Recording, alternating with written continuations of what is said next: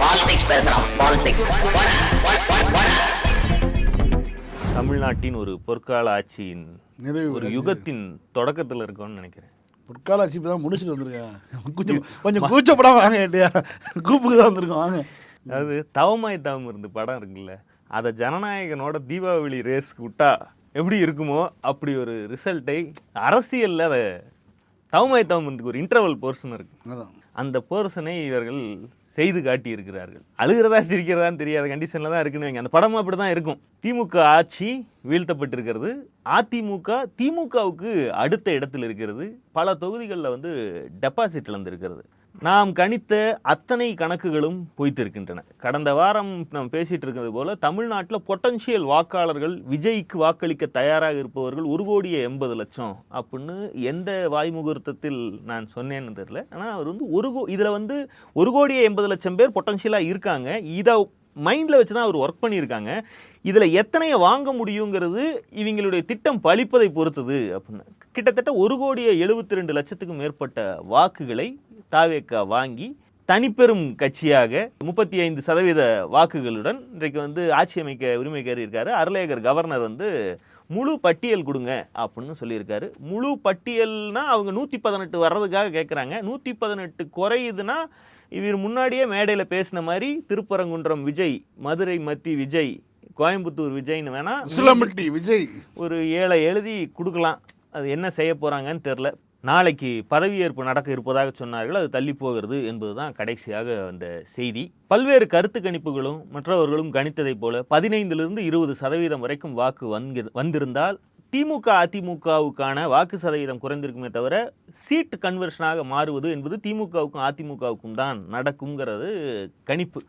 அது அப்படி இல்லாமல் 2 கட்சிகளையும் விட அதிக வாக்குகளை வாங்கி அந்த பர்சன்டேஜ் 20% 25% 30 34ன்னு ஏற 100 தொகுதிகள் வரைக்கும் வந்துருச்சு. இது நம்ம மூளைக்குள்ள நடப்பதற்கு வாய்ப்பு இருக்கு அப்படின்னு நம்ம நம்பியதுன்னு பார்த்தா ஒரு 5% இருக்கலாம். 95% வாய்ப்பு இல்லை அப்படின்னு தான் நம்புகிறோம். ஆனால் அதுதான் ஆனால் அந்த அச்சத்தை சொல்லி எல்லோரையும் பதட்டத்துக்குள்ளாக்குவதில் தேர்தலுக்கு முன்பு எந்த பொருளுமே இருக்காது. ஆனால் அதுதான் நடந்திருக்கு. இன்றைக்கு யோசித்தால் ஒரு வித குரூர திருப்தி தான். மாற்றத்தை சுவையுங்கள் மானத்தமிழர்களே அப்படிங்கிற லெவலில் தான் இருக்குன்னு வைங்க. திமுகவுடைய தேர்தல் முழக்கம் பலனளிக்கவில்லை. தமிழ்நாடு வெர்சஸ் என்டிஏ என்கிற அச்சம், பாஜகவுடைய எதிர்கால திட்டங்கள் மீதான அச்சம் மக்களுக்கு இல்லைங்கிறத இந்த தேர்தலுடைய முடிவுகள் சொல்லக்கூடிய செய்தி. பாஜக மீதோ ஒன்றிய எதேச்சதிகாரத்தின் மீதோ அவர்களுக்கு அச்சம் இல்லை. தேர்தல் தோல்வி என்பது எம்ஜிஆர் காலத்தில் பார்க்காததில்லை. 3 தேர்தல்கள் தொடர்ச்சியாக தோற்றிருக்கிறோம். ஆனால் அப்போதைய விட இப்போதைய நிலையுடைய அச்சம்தான் மிகவும் ஆபத்தான ஒன்றாக இருக்குது. ஏன்னா எம்ஜிஆர் ஜெயலலிதா திமுகவை வீழ்த்தியது என்பது ஆண்ட சாதி ப்ளஸ் தலித் ஓட்டுகளுடைய போலரைசேஷனை வைத்து.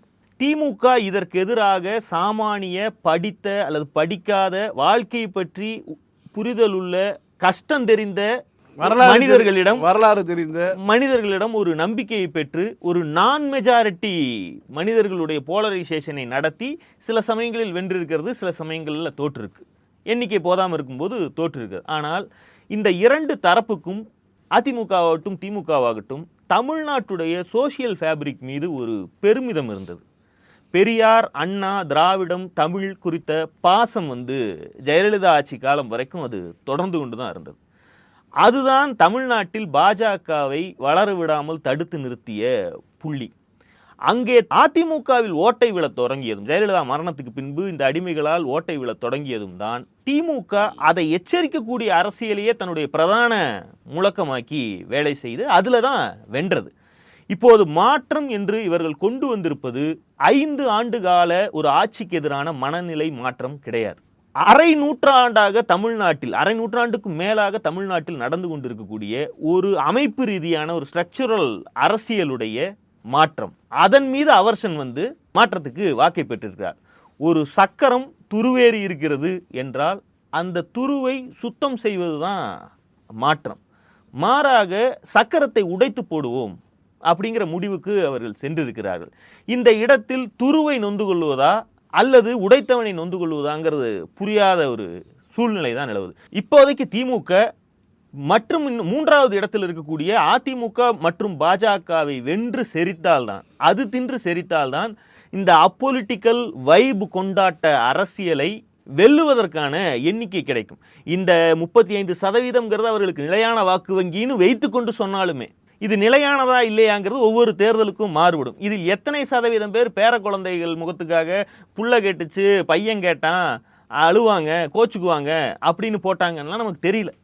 அதை நம்மால் கண்டுபிடிக்கவே முடியாது. இதில் எத்தனை பேர் மாற்றத்துக்காக ஓட்டு போட்டார்கள், இந்த கடைசி நேர மேனிப்புலேஷனுக்கு ஓட்டு போட்டார்கள்னு நமக்கு தெரியாது. இப்படி வைத்துக்கொண்டால் 35 வைத்துக்கொண்டால் நீங்கள் 36க்கு போகணும்னா வாக்கரசியலில் 3வது இடத்தில் இருக்கக்கூடிய மொத்தத்தையும் நீங்கள் சோலோ பண்ணணும், முழுங்கினால்தான் அந்த எண்ணிக்கையை தாண்ட முடியுங்கிற ஒரு சூழ்நிலை வந்திருக்கிறது. அதிமுக பாஜகவுக்கும் இதே கதை தான். திமுகவுடைய கொள்கை அரசியலை சாதி மத அரசியலோடு தின்று செரிப்பதற்கு அவர்கள் முயன்றால்தான் விஜயை வெல்ல முடியுங்கிறது இன்றைய அரித்மெட்டிக் சொல்லக்கூடிய செய்தி. இதில் வெல்வது என்பது வெறுமனே அதிகாரத்தை கைப்பற்றுவது மட்டுமல்ல, அது நடக்காமலே கூட போகலாம். நான் எல்லா நெகட்டிவ் இதையும் சொல்லிடுறேன். ஆனால் ஒரு சமூகம் முன்னோக்கி செல்வதற்கான அரசியலை தான் படித்தவர்கள், முன்னேற்றத்தை விரும்புபவர்கள், அறிவுடையவர்கள், இளைஞர்கள் விரும்புவார்கள் என்கிற கற்பிதம் ஒரு இயல்புக்கு எதிரான விசை ஒன்று நடக்கிறது. இந்த விசை திமுகவுக்கான சிக்கல் மட்டுமல்ல, ஒட்டுமொத்த தமிழ் சமூகம் 2026 தான் வாழ்றமாங்கிற ஒரு கேள்வி எழுப்பக்கூடிய சமூகத்துக்கான பிரச்சனை. ஆட்சியை பிடித்திருக்கக்கூடிய விஜயை தமிழ்நாட்டின் ஆரோக்கியமான இந்த அரசியலுக்குள் கொண்டு வருவதற்கு வாக்களித்த இந்த மக்கள் எல்லாம் சேர்ந்து தூண்ட முடியுமா? நான் உங்களுக்கு மாற்றத்துக்காக உங்களுக்கு ஓட்டு போட்டோம், ஆனால் எங்கள் சோசியல் ஃபேப்ரிக்னு ஒன்று இருக்குது, தமிழ்நாட்டுக்குன்னு ஒரு தனித்த நல்ல குணங்கள் இருக்குது, அது ஆல்ரெடி இருக்கக்கூடிய கட்சிகள்கிட்ட இல்லைன்னு கூட நீங்கள் வச்சுக்கோங்க. ஆனால் நாங்கள்லாம் நல்லவங்க தான், மக்கள் என்றைக்குமே நல்லவங்க தான், எங்களுக்கு தகுந்த மாதிரி நீங்கள் மாறிக்குங்கன்னு இப்போது ஆட்சியில் அமர வைத்திருக்கக்கூடிய விஜயும் விஜயுடைய கட்சியும் இந்த மக்களால் நிர்பந்தப்படுத்தி சாதித்துக் கொள்ள முடியுமா? அதற்கான வாய்ப்பு ஜனநாயகத்தில் எங்கேயாவது உண்டா? பிடிக்கலைன்னா தண்டிக்கலாங்கிறத தவிர தனக்கு தகுந்த மாதிரி அந்த தலைவனை மாற்றிக்கொள்வதற்கு எந்த வழியுமே கிடையாது. அவருக்கும் கூட அதை பற்றிய பிரக்ஞை எதுவும் கிடையாது, அது தேவையும் கிடையாது. இந்த அப்பொலிட்டிக்கல் அரசியல் அதன் அளவில் ஏற்படுத்தக்கூடிய பாதிப்புகளுடைய சிக்கல் என்பது அது பாதிப்பே இல்லை, இதுதான் ஃபீச்சர்னு அவர்கள் கொண்டாடுவார். வாகனத்தை எடுத்துக்கொண்டு ஒவ்வொரு ஊருடைய முச்சந்தியிலும் கதவுகளை திறந்துட்டு, அதாவது இந்த சாதி தலைவர்களுடைய ஜெயந்தி விழாக்களில் அன்றைக்கு ஒரு நாளைக்கு அவங்களுக்கு அட்ரினல் ரஷை கிளப்புவதற்கு என்னென்னலாம் செய்து கொள்வார்களோ இதை மிக நார்மலாக அரசியல் கட்சி என்கிற பேரில் அதனுடைய ஆதரவாளர்கள் பேரில் ரெகுலராக செய்வதற்கு இவர்கள் அந்த வைப்பு தான் அவங்களுக்கு தேவை. இந்த வைப்பை திரும்ப கொடுத்துட்டே இருக்கணும். நீங்கள் இனிமேல் சினிமாவில் நடிக்கலைன்னா தேட்டரில் வர வேண்டிய வைப்பை நீங்கள் பாலிடிக்ஸில் கொடுக்கணும். அது தேட்டர் இல்லைங்கிறனால அது தெருவில் நடக்கும், இது நார்மலாகும். இப்போதற்கு வந்திருக்கக்கூடிய செய்தி ட்ரிபிள்ஸ் போகக்கூடியவர்களை எல்லாம் பிடிக்காதீங்கன்னு போலீஸ் ஒரு வாய்மொழி உத்தரவு போயிருப்பதாக செய்தி. அவங்க என்னவா பார்க்குறாங்கன்னா, இந்த யார் ட்ரிபிள்ஸ் போவா? பொடியனுங்க. இந்த பொடியனுங்க யாரு?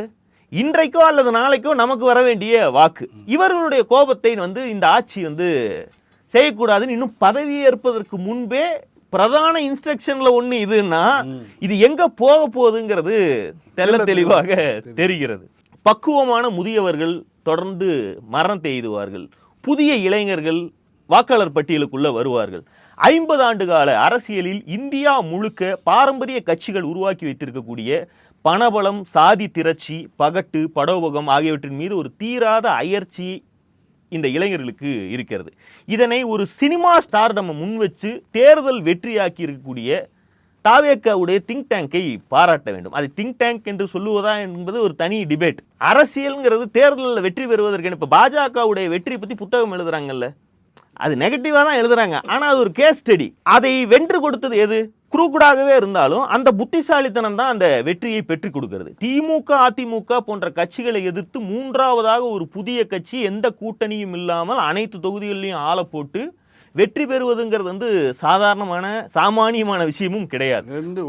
ரெண்டு விஷயமா பார்க்கலாம். ஒன்று, இது ஒரு பிளான்டு, ஒரு நீ சொன்ன மாதிரி ரொம்ப ஒரு புத்தகம் எழுத வேண்டிய ஒரு விஷயமா, அல்லது 91 நடந்த மாதிரி அன்னைக்கு ஜெயலலிதா பக்கத்தில் கிடைச்சவனுக்குலாம் சீட்டு கொடுத்துச்சு. யாரெல்லாம் வந்து சீட்டு கேட்குறாங்களோ பணம் இருக்குது செலவழிச்சுக்கிறேன் அப்படின்னு அது கூட அரசியல் ஆசை இருப்பவர்கள் அவர்களுக்கு தான் கொடுக்கப்பட்டது. இப்போது நடந்திருப்பதெல்லாம் வந்து இன்னைக்கெல்லாம் தஞ்சாவூரில் ஜெயிச்சவர் வந்து இன்னைக்கு போகணும், அவர் மெட்ராஸுக்கு வரணும், அது நட்சத்திர விடுதியில் தங்கணும். அவர் வர்ற வழியில் எங்கேயோ காரை ஓரமாக பார்க் போட்டு தண்ணி தொட்டி தேடி வந்த பாட்டுக்கு குத்து டான்ஸை போட்டிருக்காரு. ஆனால் விஜய் ரசிகருங்கிறாரு, விஜய் மாதிரி ஒரு ஸ்டெப்பே இல்லையே. அதுல வந்து சொல்றேன், மாநிலத்துக்கு இந்த வீடியோ அனுப்பலாமா? மாநிலங்கிறது யாரு தெரியுதா? புசி ஆனந்த். அதுக்கப்புறம் இன்னொருத்தர் சொல்றாரு, அது வந்து அபிஷியலா சொல்ல முடியாது. ஜாலியா இருக்காங்க, இருக்கட்டும், வைப் பண்ணட்டும். அவங்க புசி எப்படிலே சொல்றாங்க. இந்த வெற்றிக்கு முழு உதவியும் தோற்ற 2 கட்சிகள் தான் செய்திருக்கின்றன. தாவேகாவுடைய அப்பொலிட்டிக்கல் அரசியலுடைய ஆபத்தை அவர்கள் பேசவே இல்லை. அது முன்வைக்கக்கூடிய அபத்தமான குற்றச்சாட்டுகளுக்கு பதிலை சொற்களாலோ செயல்களாகவோ காட்டவும் இல்லை. இனி இந்த அரசியலுக்கான பிரதான எதிர் அரசியல் என்பது பழைய அரசியல் என்பதாக இல்லாமல் திராவிடம் 2.0 என்பது போல இருக்க வேண்டும். இல்லாட்டினா விஜயுடைய ஸ்டார்டமுக்கு நீங்க போட்டியா ஒன்றை வைக்க முடியாது. அப்ப விஜய்க்கு யூனிக் செல்லிங் பாயிண்ட் என்பது இந்த சினிமா ஸ்டார்டம் தான். இதற்கு நீங்க எப்படி ஒரு அஜித்குமாரையா நீங்க கட்சியில சேர்க்க முடியும், ரஜினிகாந்த் கட்சியில சேர்க்க முடியும், அது பண்ண முடியாது. அப்போ உங்க கட்சிக்கு என்ன யூனிக் செல்லிங் பாயிண்ட்? அதிமுகவுக்கு அப்படி ஒன்று இருந்தது, அதைத்தான் விஜய் வந்து கொண்டு வந்து வைத்திருக்கிறார். திமுகவுக்கு எப்போதும் இது இல்லை. அதற்கு கொள்கை தான் அதனுடைய யூனிக் செல்லிங் பாயிண்ட், அதனுடைய தலைவர் தான் அதனுடைய. இல்லை, இப்போ இந்த ட்ரிபிள்ஸ் போனால் பிடிக்காதீங்கன்னு வாய்மொழி உத்தரவு வந்துருக்கு இல்லையா? இதுலேருந்து நம்ம என்ன தெரிஞ்சுக்கலாம், சினிமாலாம் என்ன ஆக போகுது?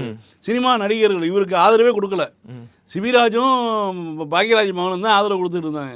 இப்போ ஆதரவு கொடுக்காத நடிகர்கள் மீது என்ன விதமான விஷயங்கள்லாம் நடக்க போகுது, அவர்களுக்கு எந்த விதமான அழுத்தம் நடக்க போகுது, இதெல்லாம் வந்து இப்போயே கண்ணுக்கு தெரியுது நமக்கு. அதே போல் திமுகவுடைய ஐடியாலஜியோடு யாராலும் போட்டியிட முடியவில்லை. அதற்கு ஒரு ரெப்ளிகா பண்ணுவதற்கு யாரும் முயற்சி செய்வதில்லை. விஜய் எப்படி தன்னுடைய ஸ்டார்டமை யாருமே கேள்வி உள்ளாக்க முடியாதபடி அமைத்துக் கொள்கிறாருங்கிறத பார்க்கணும். அதாவது கூட்டம், அதனால் ஏற்படுகிற நெரிசல், அதனால் ஏற்படுகிற மரணம், இது எல்லாமே பறைசாற்றியது என்பது யாருமே மறுக்க முடியாத அளவுக்கு ஸ்டார்டம் அங்க இருக்கு. ஆனால் திராவிடத்தை, அதனுடைய ஐடியாலஜியை கேள்விக்குள்ளாக்க முடியாதபடி திமுக தீவிரமாக களமாட வேண்டும். அதிமுகவுக்கு இப்படியான யூஎஸ்பியே கிடையாது, பாஜகவுக்கு உண்டு. அது இந்துத்துவா. அந்த பருப்பு இங்கு வேக மாட்டேங்கிறதுங்கிறது தான் தமிழ்நாட்டுடைய சிறப்பு. திமுகவுடைய அடிப்படை வந்து அதனுடைய ஆரம்ப காலத்திலிருந்தே மாஸ்டர் அண்ட் ஸ்டூடெண்ட்ஸ் என்பது போன்ற ஒரு கட்டமைப்பு. நாள்பட தான் அதிமுகவுடன் மோதி வெல்ல உருவாக்கப்பட்ட இதனுடைய கிளை, வட்டம், பகுதி, மாவட்டம், இந்த மாதிரியான ஒரு ஸ்ட்ரக்சர் இருக்கு பார்த்தீங்களா? இந்த ஸ்ட்ரக்சருக்கு எதிரான அரசியல் அவர்கள் செய்து கொண்டு இருக்கிறார். இப்போ நாம் பார்க்கிற காணானும் பேரே தெரியாம, யார் கேண்டிடேட்னே தெரியாம ஓட்டு போட வைக்கிறேன்னா அது தப்புன்னு நம்ம பேசுறோம்ல. ஒரு கேண்டிடேட் யாருன்னே தெரியாம எப்படா ஓட்டு போடுறீங்க, அதுதான் அவங்களுக்கு ஃபீச்சரே. அதெல்லாம் தெரிய தேவையில்லை. அவன் என்னைக்குமே அப்படி ஒரு அனாமதயமா தான் இருப்பான். இது வந்து ரெட்டலைக்கு இருந்துச்சு. ஜெயலலிதா அவருடைய காலத்தில் அதை செய்து பார்த்தார். அதுக்கு என்ன காரணம்னா, இவங்க ஒரு பெரிய ஆள் ஆனா இவங்களுடைய ஆன்டி இன்கம்பன்சியை நாம சுமக்க வேண்டியவர். ரெண்டாவது, ஜெயலலிதாவுடைய ஜனஞ்சேராத தன்மையும் பகட்டையும் படோபத்தையும் நியூட்ரலைஸ் பண்றதுக்கு இவர்களுடைய பணிவும் காலில் விழுகிற தன்மையும் பேர் தெரியாம இருக்கிற விதமும் 6 மாசத்துக்கு ஒரு தடவை நமது எம்ஜிஆர் தெரியாத இதுவும் வந்து அதை பேலன்ஸ் பண்ணிட்டு இருந்துச்சு. அது மாதிரியான ஒரு வேலை தான் இதுவும். ஸோ இதுதான் எந்த சக்தியை காலம் நம் முன்பு கொண்டு வந்து நிறுத்துகிறதோ அதை எதிர்த்து அரசியல் செய்வதுங்கிறது தான் காலத்தின் தேவைங்கிறது கலைஞர் ஜெயலலிதா வந்தபோது சொன்ன ஒன்று.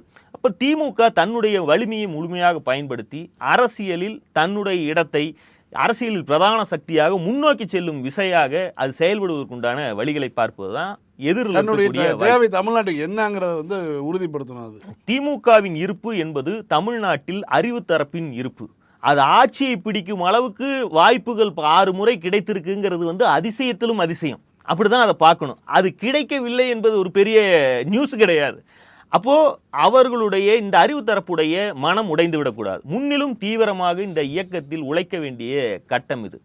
50, 60களில் 70, 80களில் இல்லாத விதமாக சமூக ஊடகங்களும் அதில் இயங்கும் லட்சக்கணக்கான இளைஞர்களும் பலமாக இன்றைக்கு வந்து திமுகவில் இருக்கிறார். அவர்களை திமுக பயன்படுத்த வேண்டும். இளைஞர்கள் என்பது நம்ம சொல்லுவதை போல 18 to 25 உண்மையில் 18 to 50 இன்றைய காலகட்டத்தில் இவர்கள் அத்தனை பேருமே இவருடைய வாக்காளர்களாக தான் இருந்திருக்காங்கிறதான் டேட்டா சொல்லக்கூடிய செய்தி.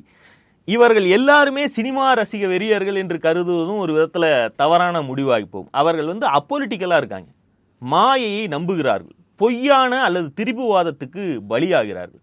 விழக்கூடிய இடம் வடச்சட்டிலேயே போய் துள்ளி போய் விழுகிறார்கள்ங்கிறது தான் அதில் இருக்கக்கூடிய உண்மை. இதே மக்கள், இதே இளைஞர்கள், இதே ஜென்சிக்கு முழுக்க மற்ற எந்த இயக்கத்தையும் விட தூய்மையான புதுரத்தம் பாய்ச்சப்பட்ட அறிவுள்ள ஆட்களின் இயக்கமாக எந்த இயக்கத்தை முன்வைத்தாலும் அவர்கள் வெறுத்து ஒதுக்குவார்கள்னு நான் நம்பல. அதை கொடுப்பதற்கான வழிகளைத்தான் பார்க்கணும். ஏனென்றால் விஜய் எம்ஜிஆரை போலவோ ஜெயாவை போலவோ அடிப்படையில் ஒரு ஐஐக்யூ ஆள் கிடையாது. ஆனால் ஸ்ட்ரீட் ஸ்மார்ட்டாக ஒரு எலெக்ஷனை ஜெயிக்கிற திறமை இருக்கிறது. விஜய்க்கு அடிப்படையில் நேர்மையோ எம்பத்தியோ கிடையாதுங்கிறத இந்த 2 வருட அரசியல் பயணத்திலே நம்ம பார்த்துருக்கோம். எனவே பொது வாழ்க்கையில் இது போன்ற குணக்கேடுகள் மிக சீக்கிரமாக, அதுவும் இன்றைய காலகட்டத்தில் அம்பலப்பட்டு போகும். இதே விதமான குணக்கேடுகள் கொண்ட ஜெயலலிதா சர்வைவ் ஆனது போல இவரையும் ஆக்குவதற்கு ஊடகங்களும் சிஸ்டமும் வேலை செய்யும். விகடன் அட்டைப்படத்தில் விஜய்க்கு பின்னால் விஷ்ணு ரெட்டி நிற்கிறார். அவர் யார், இந்த கட்சிக்கு அவருக்கு என்ன தொடர்பு, எதற்காக அட்டைப்படத்தில் போட்டு எலிவேஷன் கொடுக்கிறார்கள் என்பது எதுவுமே நமக்கு தெரியாது. ஆனால் போட்டு அதை பாசிட்டிவாக தான் அவர்கள் போடுகிறார்கள். இது ஒரு செய்தி. இதை வேறு யாராவது செய்ய முடியுமா?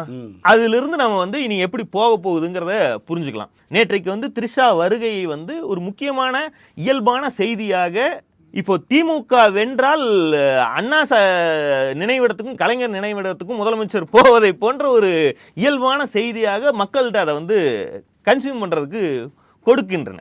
இதையெல்லாம் திமுகவுக்கு இந்த சொகுசெல்லாம் கிடைக்காது. இன்னைக்கு பார்த்தீங்கன்னா போய் எடப்பாடி வீட்டுக்கு மார்ட்டின் போகிறாரு.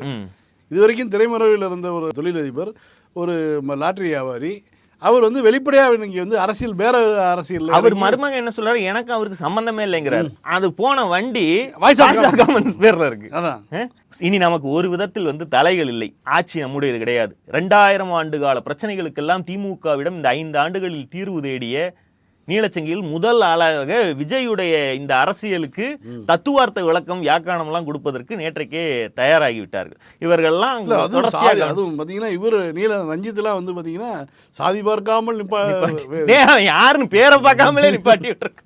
இல்லைங்க, ஸ்ரீரங்கத்தில் ஒரு பார்ப்பனர், மயிலாப்பூர்லேயும் ஒரு பார்ப்பன கடப்பாறைகளை நிப்பாட்டுறாரு. பரதவர் பகுதியில் ஃபிஷர்மேனை கரெக்டாக நிப்பாட்டுறாரு. அந்த ஸ்ரீநாத் ஜிஆர் எட்மண்ட் பேரனா சந்திரபாபு ரிலேட்டிவ் கரெக்டாக அந்த பகுதியில் கொண்டு போய் நிப்பாட்டுறாரு. இது இந்த மாதிரி அவர் இப்போ பண்ணிவிட்டு அவருக்கு சர்டிஃபிகேட் இவர்களெல்லாம் அடுத்த 5 வருடங்கள் இங்கே என்ன விதமான நடனங்களே ஆடுகிறார்கள்ங்கிறதையும் நம்ம பார்ப்போம். கூட்டணி கட்சிகள் துரோகம்ங்கிறது அது தெரிந்த விஷயம்தான், அது தவிர்க்க முடியாது. இந்த தேர்தலில் இப்படியான துரோக கூட்டணியை அமைத்ததே ஒரு விதத்தில் தவறாகி போய்விட்டது. திமுகவுடைய வீழ்ச்சியை கொண்டாடுபவர்களுக்கு ஒன்று மட்டும் நிச்சயம், ஆட்சியிலேயே இல்லாத திமுகவை இனிமேல் எதை வைத்து எதிர்ப்பீர்கள்ங்கிறத நாங்களும் பார்க்குறோம். எங்கள் நியாயங்கள் இனியும் இன்னும் எடுபடும். அந்த விதத்தில் எங்களுக்கு மகிழ்ச்சி. அம்மனமான ஒரு ஊரில் கோவணம் கட்டி திரிவதற்கு காரணம் சுயமரியாதை. இந்த தமிழ்நாட்டின் முகம் இந்த சுயமரியாதை என்று கருதி தமிழ்நாடு போராடும், தமிழ்நாடு வெல்லும் என்று நினைத்தவர்கள் வீழ்ந்திருக்கிறார்கள், ஏமாற்றப்பட்டிருக்கிறார்கள். அது வெறும் திராவிடத்தின் முகம் மட்டும்தான், மானமுள்ள தமிழர்களின் முகம் மட்டும்தான். தமிழ்நாட்டின் இருண்ட ஒரு தரப்பு அதற்கு எதிரானது என்கிற நிதர்சனத்தை இந்த தோல்வியைப் போலவே நாம் ஏற்றுக்கொள்கிறோம். திராவிடம் போராடும், அதனுடைய பணியை முடிக்கும். திமுக போராடும், அது நம்மை போன்றோரை காத்து நிற்கும். மீண்டும் சந்திப்போம். லைக் பண்ணுங்க, ஷேர் பண்ணுங்க, சப்ஸ்கிரைப் பண்ணுங்க, கமெண்ட் பண்ணுங்க. பாய். பாலிடிக்ஸ் பேசுறோம். பாலிடிக்ஸ்